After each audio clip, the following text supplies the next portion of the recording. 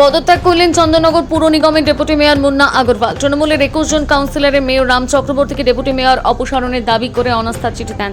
তারপরই পদত্যাগ ডেপুটি মেয়রের। চন্দননগর পুর নিগমের ডেপুটি মেয়র ছিলেন মুন্না আগরওয়াল। প্রাক্তন মন্ত্রী ইন্দ্রনীল সেন ঘনিষ্ঠ মুন্নার বিরুদ্ধে ক্ষোভ উগরে দিলেন তৃণমূলের councillor mayor in council Piyush বিশ্বাসের অভিযোগ, চন্দননগরে সিঙ্গেল উইডো ব্যবস্থা চালু ছিল, যেটা তৃণমূল দল ঠিক করেনি, বিধায়ক এবং ডেপুটি মেয়র ঠিক করেছিলেন, যার মাধ্যমে সব কাজের ছড়ি ঘোরানো চলত। কোনো কাউন্সিলর এমআইসি কাজ করতে পারেনি। দুজনের দাপটে চন্দননগরের মানুষ অতিষ্ঠ ছিল বলে দাবি তার। মুর্শিদাবাদে হলে হাত পা ভেঙে দিত, চন্দননগর বলে আমরা পারিনি। মানুষের কাছে ভোট চাইতে গিয়ে শুনতে হয়েছে আবার ওই লোকটাকে দাঁড় করিয়েছে, তার অত্যাচার সহ্য করতে হবে।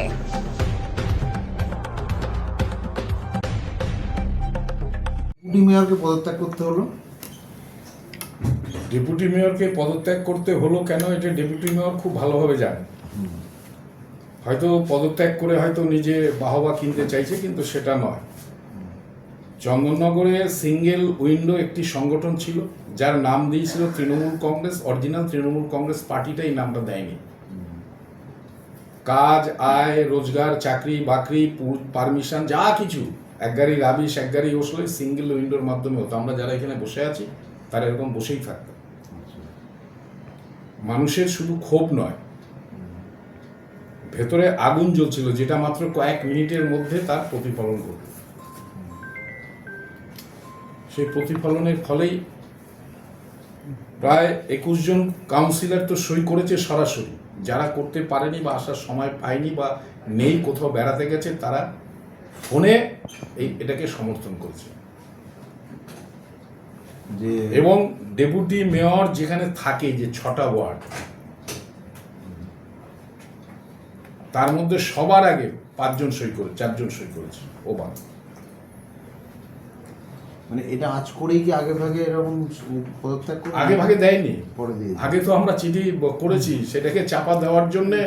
তাহলে 4 তারিখে যদি দায় স্বীকার করে করতো, 4 তারিখের পর আজকে 14 তারিখ, 10 দিন কি করছিল? পথ ছাড়ার লোক নাকি? ও কি করতো না? চন্দননগরের সব মেয়রের কাজ, কনজারভেন্সির কাজ, যত দপ্তর আছে। আমি তো একটা এমআইসি 4 বছর, আমি তো ঘরে কোনোদিন ঢুকতে পারিনি। কি নিয়ে ঢুকবো ঘরে? এমআইসি করে দিয়ে দপ্তরের লোকেদের বলেছে কোনো ফাইল টাইল যেন ওখানে না যায়। মেয়র সাহেব পিডাব্লিউডির এমআইসি প্লাস মেয়র তো আছেই। ওর বাগান বাড়িতে বসে কাজ ডিস্ট্রিবিউশন হচ্ছে, কে কাজ পাবে, কোথায় কাজ পাবে, কে কন্ট্রাক্টর, কে কি। এবার বললেন হ্যাঁ না, বলার জায়গা ছিল না। বলার জায়গা পেয়েছি, বলে দিলাম। করার জায়গা পেয়েছি, করে দিলাম। এবার বলতে পারে এখন আপনারা হেরে গেছেন, আর শেষ সময় বলে কি হবে? হরির নাম, ঠাকুরের নাম মরার আগেও যদি একবার বলা হয়, ঠাকুর ভাববে যে না, আমার নামটা স্মরণ করলো, এরা অন্তত পুণ্যবান লোক, এরা অন্তত সৎ লোক। এই নাম কীর্তন করার সময়টা পায়নি, যেই পেয়েছে আমার নামে কীর্তন করেছে। ঠিক আছে, মরার নাম টরার নাম কোনো ব্যাপার নেই। সুযোগ পেয়েছি, এর আগে সুযোগ পাইনি। সিঙ্গেল উইন্ডো বললাম তো, আবার বলছি, সিঙ্গেল উইন্ডো চন্দননগরে সিঙ্গেল উইন্ডো তৃণমূল কংগ্রেস ছিল, যেটা তৃণমূল কংগ্রেসের তৈরি করা নয়। কিন্তু মোহিত নন্দী যে দুর্নীতি বা সিন্ডিকেটের অভিযোগ করছে, আপনিও কি মানছেন? মোহিত নন্দী যেটা বলেছে সেটা হচ্ছে খুব সাধারণ কথা। ওটা ছোট থেকে বড় পর্যন্ত সবাই জানে। ওটার মধ্যে কোনো বিশাল কোনো ব্যাপার নেই, ওটার মধ্যে দুর্নীতি নেই। সিন্ডিকেট কন্ট্রাক্টরের রাজও করেছে। এর মধ্যে তো ছোট বড় পৌরসভার সবাই, কর্মচারী থেকে আরম্ভ করে, এটা সবাই জানে। আসল কি আছে 2-1 দিন পরে আসবে, জানতে পারবে। ওটাকে দুর্নীতি বলে না। মোহিত যেটাকে বলেছে ওটা একটা ক্ষোভ, ওটা একটা রাগ, ওটাও পড়ে। আরো দুর্নীতি কি সামনে আসবে? ব্যক্তিগত দুর্নীতি যদি থাকে আসবে। না, ও বলছে যেটা যে তৃণমূল কংগ্রেসের পৌর বোর্ড আমরা যেদিন থেকে পেয়েছি 2010 সাল থেকে 2016 সাল পর্যন্ত প্রতি মাসে একটা করে বোর্ড মিটিং হতো। মাসে 12টা, মানে বছরে 12টা, 5-12-60, 6-72টা এমআইসি বোর্ড মিটিং হয়েছে। যে বোর্ড মিটিংয়ে সারা বছর যদি আমরা কোনো দুর্নীতি করে থাকি, কোনো বেআইনি কাজ করে থাকি, বিরোধীদের বলবার, প্রশ্ন করবার জায়গা সেই দিন। যত রেজুলেশন হয়েছে, যত বোর্ড মিটিংয়ের কাগজ আপনারা খুলে দেখুন, বিরোধীরা একটা অভিযোগ দুর্নীতি থেকে, স্বজন পোষণ থেকে একটা অভিযোগ তৃণমূল কংগ্রেসের বোর্ডের বিরুদ্ধে করতে পারেনি। 2016 সালের মাঝামাঝি পর্যন্ত যা গোলমাল হয়েছে 2016 সালের হাফের পর থেকে আমরা নিরুপায় হয়ে গিয়েছিলাম। চন্দননগর পৌরসভা আমরা 2010 সালে পাই, তখন বামফ্রন্ট সরকার, পশ্চিমবাংলার ক্ষমতা। 1 বছরে পৌরসভার মেয়র সাহেবের নেতৃত্বে, আমাদের এমআইসিদের নেতৃত্বে, তখন মুন্নাবাবু ছিলেন না। পরের বছর বিধানসভা নির্বাচন হলো, অশোক সাহু 42,000 ভোটে জিতলেন। 42,000 ভোটে। কারণ কি? যাকেই বলা হয়েছে সে বলেছে পৌরসভা যে কাজ করেছে সেই কাজের ফল আপনারা পেলেন। মানে আপনি বলছেন যে ইন্দ্রনীল সেন 2016 সালে জেতার পর 2016 সালে জেতার পর শেষ। এখানে শুধু চন্দননগর ভদ্রলোকের বসবাস ছিল বলে হাতটা ভাঙেনি। মুর্শিদাবাদ হলে হাত পা ভেঙে দিতে এতদিন। চন্দননগর বলে ভাঙেনি, আমরা পারিনি, ভয়ে পারিনি। নির্দ্বিধায় মানুষকে জেল খাটিয়েছে। কিছু বলতে গেলে গাঁজা কেস দিয়ে দিত। আমার ভাইকে 60 দিন জেল খাটিয়েছে। শম্ভু বলে এখন বিজেপি করছে ছেলেগুলো। 3 মাস, এই 3 বছর 21 দিন, 3.5 বছর, 4 বছর জেল খাটিয়েছে এক একটা ছেলেকে। কথা বলার আগেই জেল, কথা বলার আগেই গাঁজা কেস। মোহিত নন্দীকে কি করেছে? মোহিত নন্দী কে? মোহিত নন্দী তো আমাদের তৃণমূল কংগ্রেসের একটা লড়াকু ছেলে। আমি তো মোহিত নন্দীকে ব্যক্তিগতভাবে লিডার মনে করি, যে প্রথম থেকে বাপের ব্যাটার মতন মুখের উপরে আঙুল তুলে কথা বলতো। আমরা পারিনি মোহিতের সাথে মিশতে। মোহিতের মতন অতটা হিম্মতবান আমরা হতে পারিনি। ওই এখন পদত্যাগ করে দিয়ে আমি ব্যর্থতা করছি। আমি এর আগে পদত্যাগ করতে চেয়েছিলাম, মেয়র সাহেবকে মৌখিকভাবে বলেছিলাম। ও ছাড়বে পদ, গোটা পশ্চিমবাংলার দায়িত্ব দিলেও নিয়ে নিত। এই দুর্নীতি, সিন্ডিকেট বা যেগুলো যা বলছেন সেগুলো মুখ্যমন্ত্রীকে বলেননি কেন? হ্যাঁ, মুখ্যমন্ত্রীকে বলেননি কেন? জানাননি কেন? মুখ্যমন্ত্রীর কাছে আমরা যাবো কি করে? মুখ্যমন্ত্রীর কাছে আমরা যাবো কি করে? মুখ্যমন্ত্রীর কাছে কোন খবরটা পৌঁছতো? মুখ্যমন্ত্রীর কাছে কোনো খবর পৌঁছতো কি? আমাদের খবর পৌঁছবার দায়িত্ব কার কাছে দেওয়ার কথা ছিল? মুখ্যমন্ত্রীর কাছে আমাদের মতন একটা এরকম সাধারণ কর্মীর কথা মুখ্যমন্ত্রীর কাছে পৌঁছে যাবে? মুখ্যমন্ত্রীর কাছে যে কোনো খবর পৌঁছে গেলে তিনি তো, আমরা দেখেছি, সঙ্গে সঙ্গে তার ব্যবস্থা নিয়েছে। দেখেছি তো পশ্চিমবাংলার, আমাদের নানি কারো অন্য জায়গায় করেছে। সেখানে খবরটা পৌঁছবে কে? আপনি খবর পৌঁছতে যাবেন, দেখবেন পেছনে গিয়ে পুলিশ ধরে নিয়ে আপনার লকআপে ভরে দিয়েছে। প্রত্যেকটা ওয়ার্ডে খোঁচর তৈরি করেছিল, ইনফরমার তৈরি করেছিল। এক পা স্বাধীনভাবে আমরা চলতে পারিনি। এখন মরার সময় অন্তত শ্মশানেও যদি আমরা যাই, অন্তত শান্তিতে বলো হরিবোল অন্তত শুনতে পাবে লোকে। মানুষ সারা জীবন শান্তি না পেলেও কিছু সময়ের জন্য শান্তি চায় না? যে এখন অন্তত একটু শান্তিতে ভাই খেতে দে, বলেন অনেক সময়, যে অন্তত খাওয়ার সময় একটু শান্তিতে দে। তাতে কত 8 ঘন্টা, সেই 8 ঘন্টা শান্তি পেলেও তো সেই লোকটা খুশি হয়। সেটুকু খুশি হয়। আপনি বলছেন একেবারে দম বন্ধ হয়ে গেছে। দম বন্ধ শুধু না, এবার বলতে পারবেন, এটা রসিকতা বলছি, দম বন্ধের জন্য 11 দিন ভর্তিও ছিলাম। আমার ফুসফুস জাম হয়ে গেছিল কবে। এরকম হয়তো সবার ছিল, আমি সহ্য করতে পারিনি, আমার হসপিটালে ভর্তি হতে হয়েছিল। মুন্না আগরওয়াল বলছে যে আমরা তো ব্যবসা করবোই, প্রতিপত্তি যে সম্পত্তি বলছেন, এটা তো হওয়া স্বাভাবিক। কবে হবে? কবে হয়েছে? আর ও যে আগরওয়াল, ও যে মারোয়ারি, ওরে কে বলেছে? কোন জায়গার মারোয়ারি? ও দাবি করছে। দাবি তো করতেই পারে, দাবি না করার কিছু নেই তো। এই আগরওয়াল, এই মন্ত্রী ইন্দ্রনীল তো অনেক গান বাজনা করে প্রচুর টাকা ওনার। ওই ফার্ম হাউসটা কবে করেছে? চন্দননগর বিধানসভার এমএলএ হওয়ার আগে করতে পেরেছে? করোনায় যখন মানুষ খেতে পাচ্ছে না, তখন ওখানে ফার্ম তৈরি হচ্ছে। এর অ্যাকশন আমাদের ভুগতে হলো চন্দননগরে। আমরা চন্দননগর হেরেছি মানে পশ্চিমবাংলা হেরে যাবে। আমার মহাডাঙ্গায় আমি হেরেছি, আমার মহাডাঙ্গা হারা মানে পশ্চিমবাংলা হারবে, তাই হোক। রত্নাদি যখন 9 সালে জিতেছিল মহাডাঙ্গা, বললাম রত্নাদি প্রত্যেকটা নির্বাচনে আমরা জিতবো। 9 সালে জিতলাম লোকসভা, 10 সালে পৌরসভা, 11 সালে বিধানসভা। এবার মহাডাঙ্গা হেরেছে, চন্দননগর হেরেছে, পশ্চিমবাংলা হেরে গেছে। আমরা কোনোদিন চন্দননগর হারবে আমরা ভাবিনি, কিন্তু শেষ সময় আমরা ভেবেছিলাম। যার কাছে গেছি একটাই কথা, প্রার্থী পাল্টাতে পারলে না, এই লোকটাকে আবার প্রার্থী করলে আবার সেই মুন্নার অত্যাচার সহ্য করতে হবে, আবার সেই মুন্নার অপমান সহ্য করতে হবে। ছোট বড় মাঝারি, রিস্কওয়ালা থেকে টলিওয়ালা থেকে সবজিওয়ালা। এবার বলবেন আপনারা বলেননি কেন? বলেছি, ঘরের মধ্যে বলেছি, বলেছি কিনা তার প্রমাণ হচ্ছে পীযূষ বিশ্বাস 2005 সাল থেকে পৌরসভায় যে দাপটের সঙ্গে দপ্তর চালিয়েছে, মেয়র সাহেব সাক্ষী। তারপরে আমাকে কোথায় একটা ব্যাগ ধরিয়ে দিয়েছে, যা বাজার করে বেড়া। আজকে 5 বছরের কাছাকাছি এসে গেল, আমার দপ্তরে বসে আমি কোনোদিন একটা মিটিং করতে পারিনি যে চন্দননগরের পরিস্থিতি কি।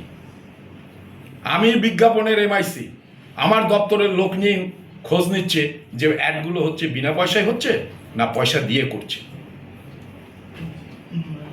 প্রতি মুহূর্তে চাইতো যে সবাইকে একটা যে কোনো ব্লেমের মধ্যে ঢুকিয়ে দিই।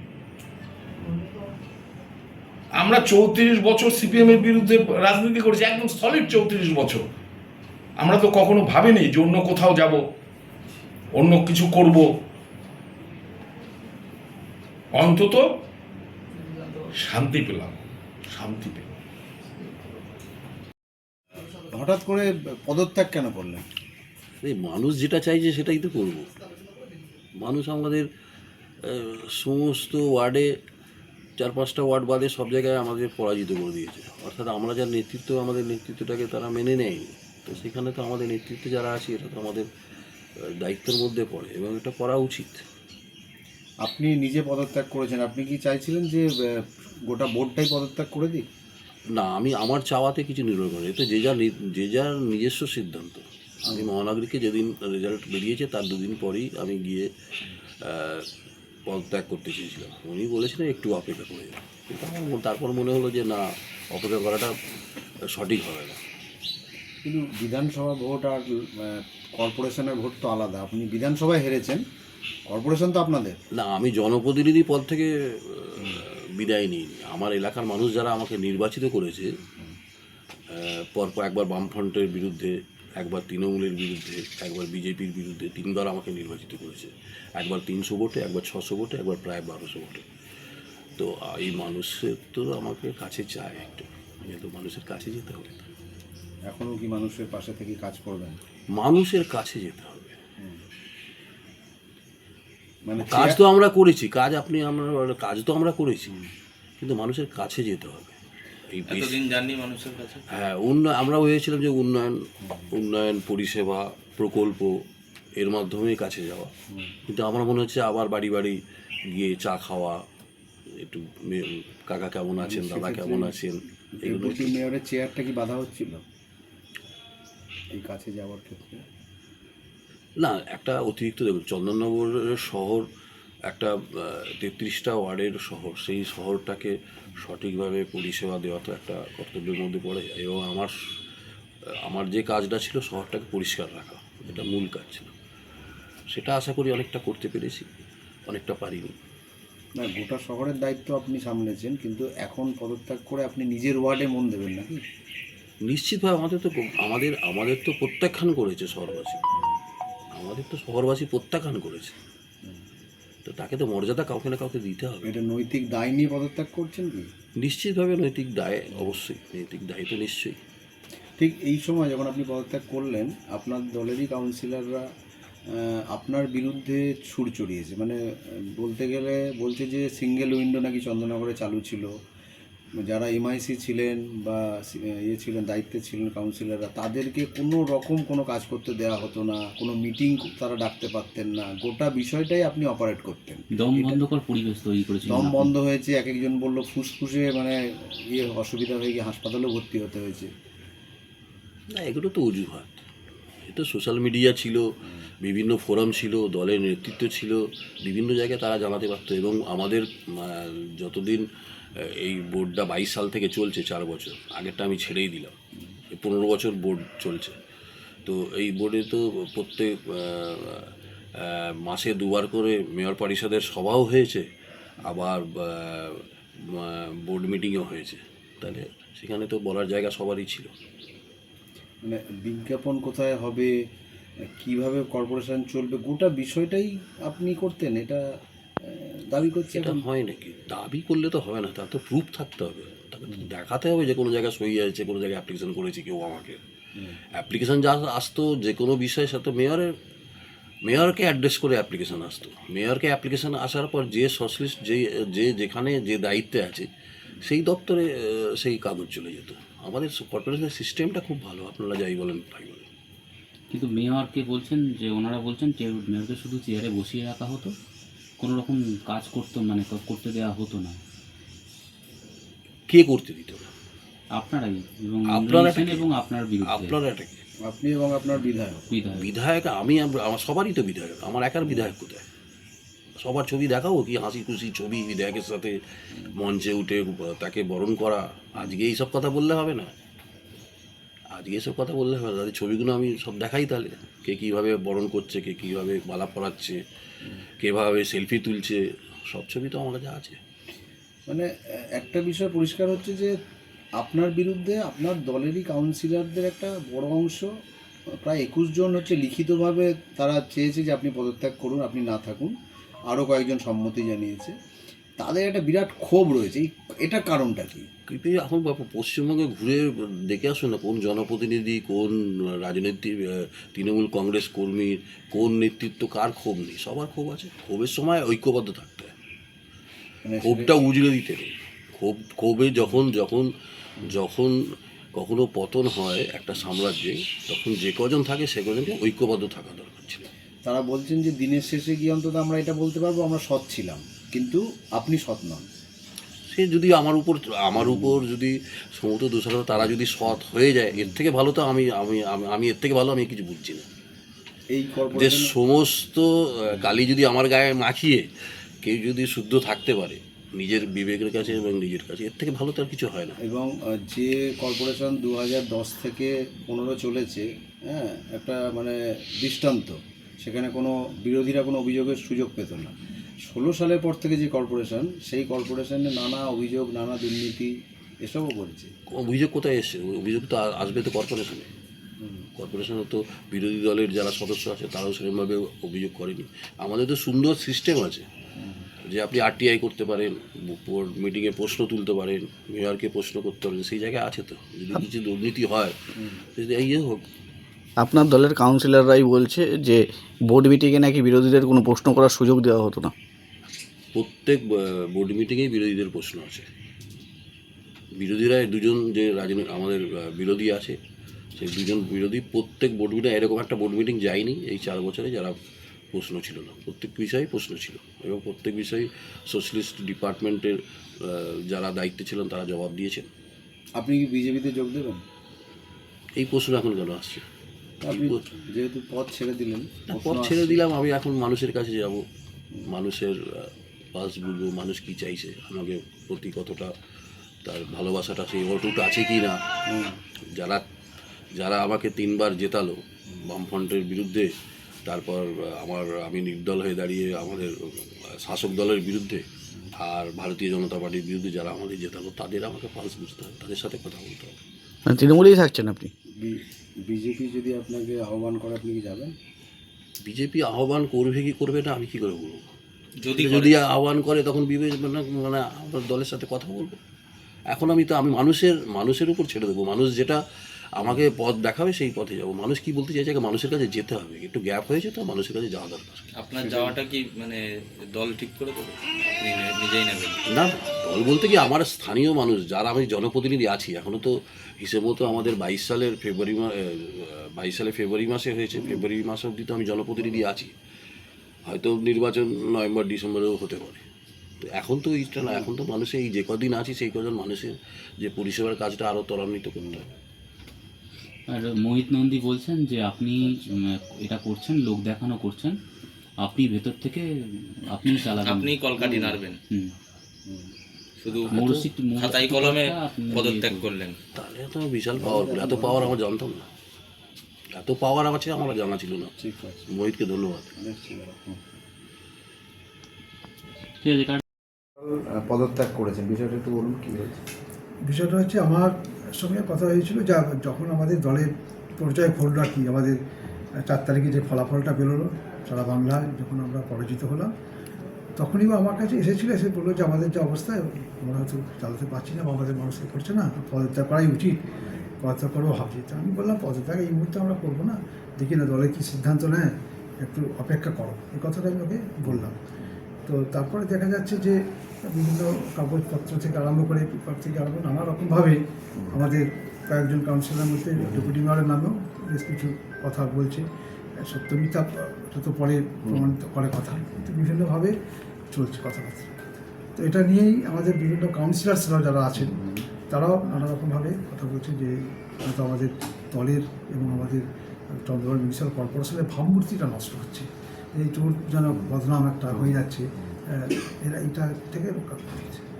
তাই উনি আমার একটা পত্র একটা দিলেন, যে আমি তখন বলেছিলাম কিন্তু আমি পদত্যাগ করিনি, কিন্তু এখন বুঝতে পারছি যে আমার যেভাবে এখন রাজনৈতিক পরিস্থিতি তৈরি হয়েছে, এই পরিবেশের মধ্যে আমার আর থাকা উচিত হবে না, আমি পদত্যাগ করতে ইচ্ছুক বলে আমাকে আজকে চিঠিটা জমা দেয়। গতকালই কথা হয়েছে, চিঠিটা জমা দিয়েছে আজকে, আমি আজকেই সেটা অ্যাকসেপ্ট করেছি। পরবর্তী ক্ষেত্রে যা যা প্রসিডিউরাল যা ম্যাটারগুলো আছে সেগুলো করার জন্য আমি সেক্রেটারিকে নির্দেশ দিয়েছি। আগামী দিন আমার আর যারা কাউন্সিলর আছে দলের তারাও তো একটা চিঠি হ্যাঁ, দিয়েছে। কাউন্সিলার্সরা তাদের একটা ছিল কথা, যে অবজেকশান ছিল, তারা সেই মর্মে একটা কিছু দিয়েছে। হ্যাঁ, কিন্তু তার আগেই ও পদত্যাগপত্রটা সাবমিট করেছে, এটা থেকে শুনে সেটা আমাকে দিয়েছে। মানে কাউন্সিলরে কি চাইছিল যে উনি সরে যান? হ্যাঁ, কাউন্সিলর সেটাই চাইছিল। তো আমি দেখলাম যে আমার সাথে কথা বলে নিজেই তো পদত্যাগ করতে চেয়েছি যেখানে, আর ওইটার কাউন্সিলারদের ওইটার খুব একটা গুরুত্ব। ডেপুটি মেয়র এখন কে থাকবে? ডেপুটি মেয়র সেটা পরে সিদ্ধান্ত হবে। এখন ঠিক আছে। এখন আপাতত সরিয়ে পদটা সরানো হলো। ওই যে কাজগুলো ওই দপ্তরটা যারা দেখাশোনা করছেন ওগুলো এখন আমার দায়িত্বে নিয়েছি। আমি একটা মিটিংও করে নিয়েছি আজকে আধিকারিকদের সঙ্গে, সেই কাজটা যাতে পরিষেবার কোনো বিচ্যুত না ঘটে, সেটার জন্য আমরা সবাই থাকবো। আপনাদের মাইসিদের নিয়ে আমরা- চন্দননগরে পরাজয় হয়েছে, রাজ্যেও পরাজয় হয়েছে, কিন্তু কর্পোরেশনের তো কোনো সমস্যা হওয়ার কথা ছিল না। না, কর্পোরেশনের সমস্যা নেই, ওই কারণটা করে সমস্যা নয়। সমস্যা হচ্ছে আমরা বিধ্বস্ত যে এই জন্যেই, চন্দননগর এর আগেও লোকসভা নির্বাচনেও কিন্তু অন্য কনস্টিটিউয়েন্সি হারলেও গত যে লোকসভা নির্বাচনে চন্দননগর কিন্তু লিড ছিল। হ্যাঁ, সে কম হলেও কম লিড ছিল। হ্যাঁ, কিন্তু এবারে তো বিপর্যয়টা আমাদের ব্যাপকভাবে বিপর্যয়। শুধু এই যে বিপর্যয়ের জন্যই যে শুধু পদত্যাগ তা নয়, নানা রকমভাবে আরও কিছু কারণ রয়েছে।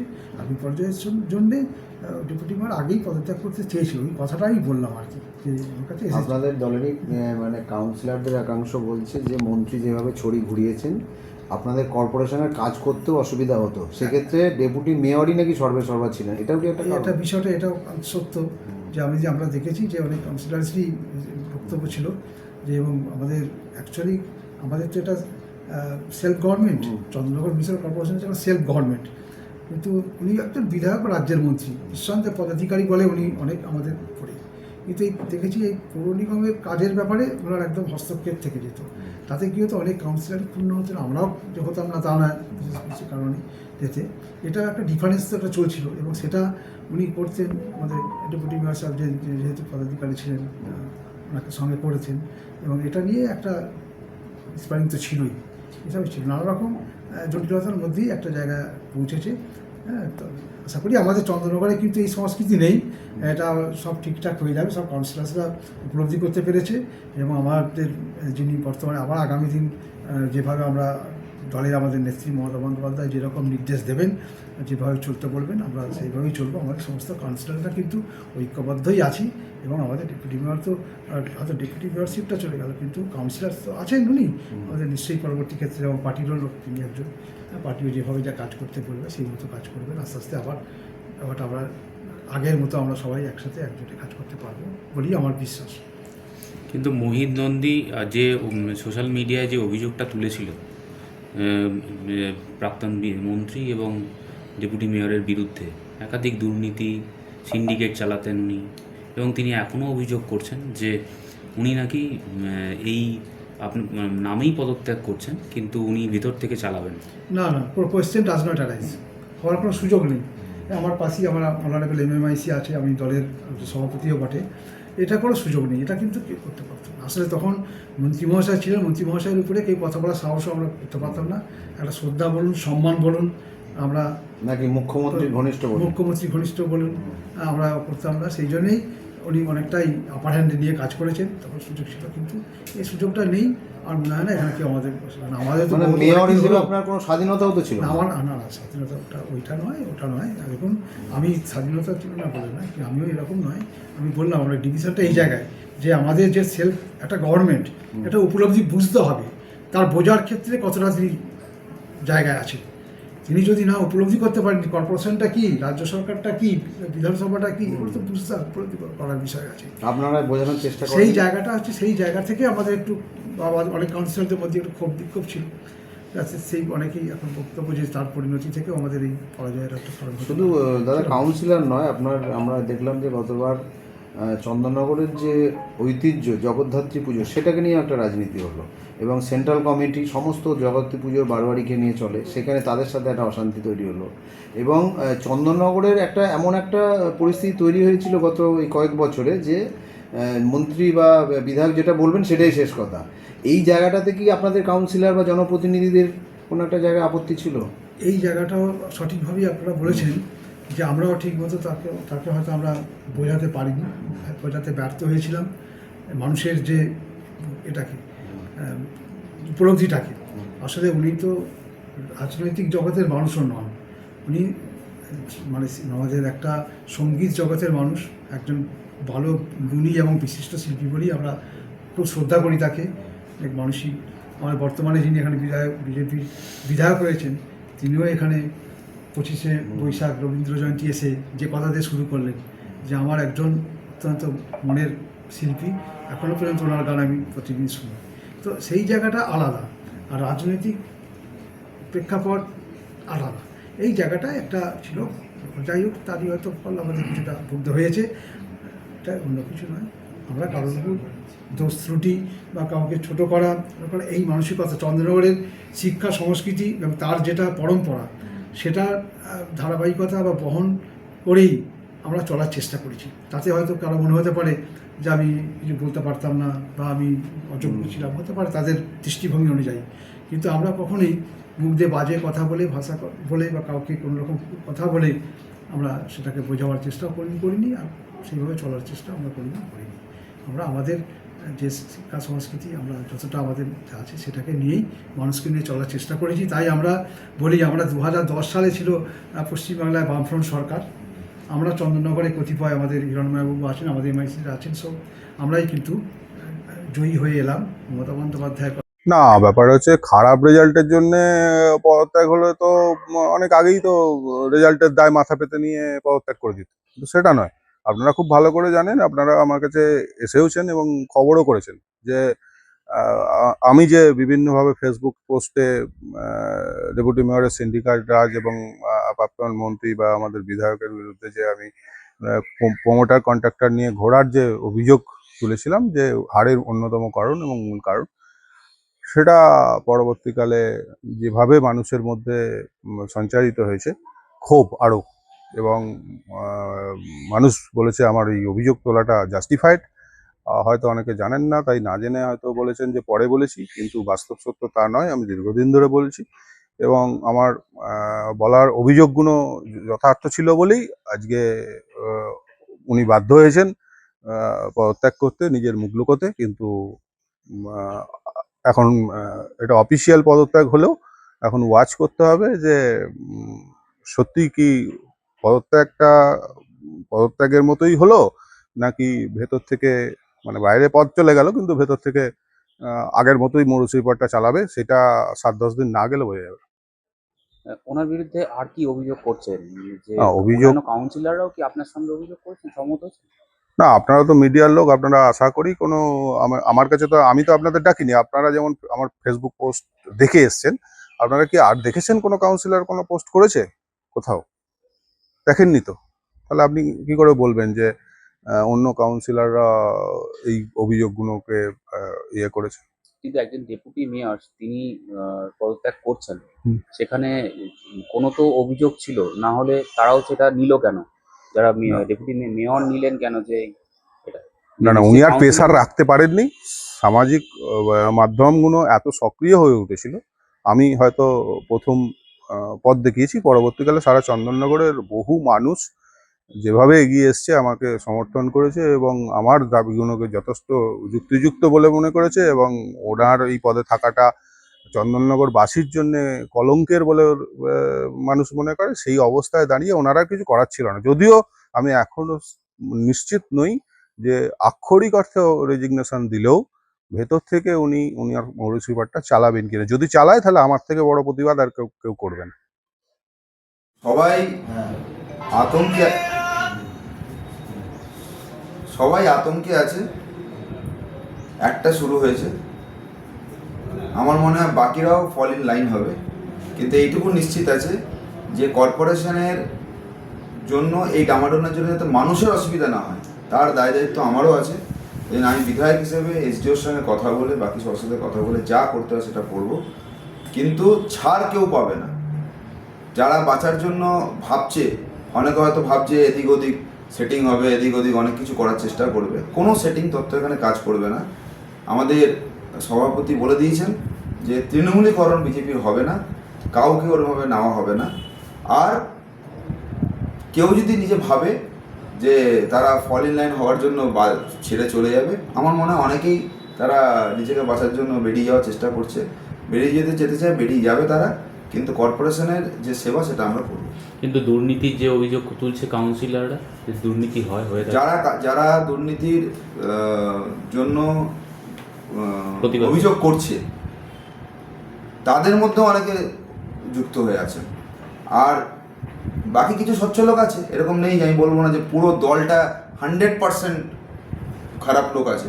কিছু ভালো লোক আছে, তারা নিশ্চিতভাবে তারা চাইবে যে তারা সহযোগিতা করে, তারা হয়তো রাজনীতি তারা নিজেরা করবে না, কিন্তু সমাজকে বাঁচানোর জন্য, চন্দননগরকে বাঁচানোর জন্য তারা কিছু করবে।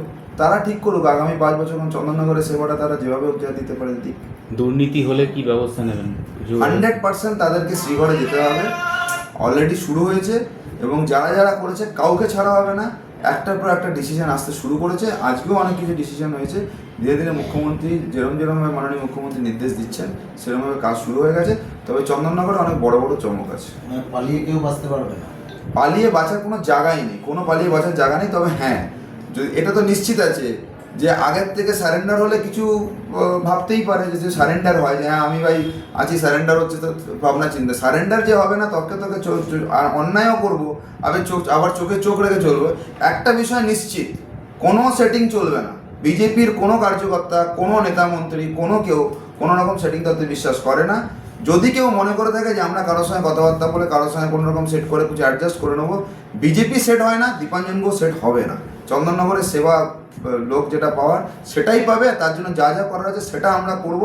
মাননীয় মুখ্যমন্ত্রী পরিষ্কার বলেছে, 0 টলারেন্স অন করাপশন, 0 টলারেন্স মানে 0 টলারেন্স। কেউ যদি মনে করে রাত্রেবেলা কারো গাড়িতে চেপে কারো কাছে পৌঁছে গেল মানে বেঁচে গেল, আমি তাকে পরিষ্কার মিডিয়া বন্ধুদের মাধ্যমে বলতে চাই যে কেউ যে যা গাড়িতে চাপুন না কেন, আপনার যদি জেল হাজত নিশ্চিত থাকে তো জেল হাজত নিশ্চিত হবে, কোনো সেটিং করে কোথাও বাঁচতে পারবেন না।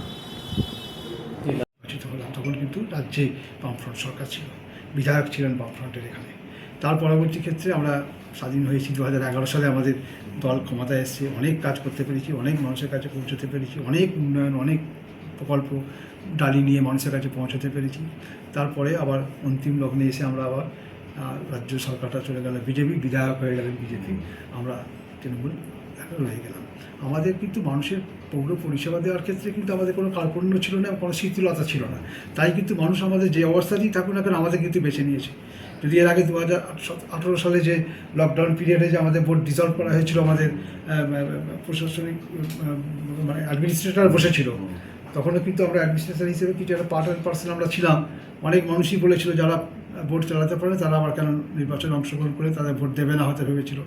কিন্তু এখন 2022 সালে যে নির্বাচন হলো, সেই নির্বাচনে কিন্তু আমরা ব্যাপক মানে মেজরিটি নিয়ে আমরা ক্ষমতায় এলাম।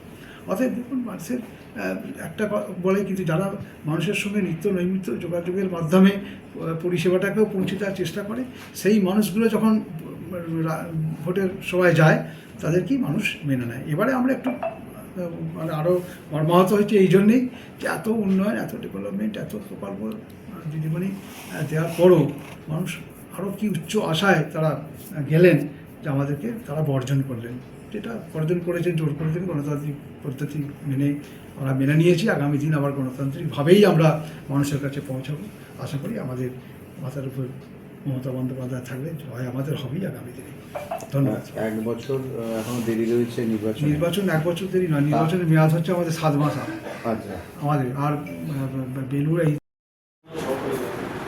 দেখুন, অনেক দিন ধরে অনেক কিছু চলছিল, দীর্ঘদিন ধরে আরও প্রত্যারোপ, তার হয়ে সাফাই অনেক কিছু চলছে। আজকে কিছুটা হলেও তার অবসান, যে তিনি রেজিগনেশন দিয়েছেন, কিন্তু এটা নিশ্চিত আছে যে এটা আমার যেটা মনে হয়, this is the tip of the glacier, এর নিচে অনেক কিছু আছে। আজকে বিধায়ক হিসেবে শপথ নিয়েছি, আমার নির্বাচনী ইশতেহারে ছিল যে স্বচ্ছ প্রশাসন থাকবে, তার মধ্যে চন্দননগর কর্পোরেশন একটা বড় ভূমিকা আছে। আজকে উনি পদত্যাগ করেছেন, কিন্তু এটা নিশ্চিত আছে যে অনেকে অনেক রকম অভিযোগ করেছে। আমি বিধায়ক হিসেবে এই চন্দননগর কর্পোরেশনের সমস্ত বিষয় নিয়ে আমি মুখ্যমন্ত্রীর কাছে, আমি সরকারের কাছে আমি এনকোয়ারি চাইব, দাবি চাইব, এবং এর ডিটেলস তদন্ত হবে। আমার মনে হয় যে শুধুমাত্র উপরটা দেখা যাচ্ছে, ভিতরে অনেকে জড়িত আছে।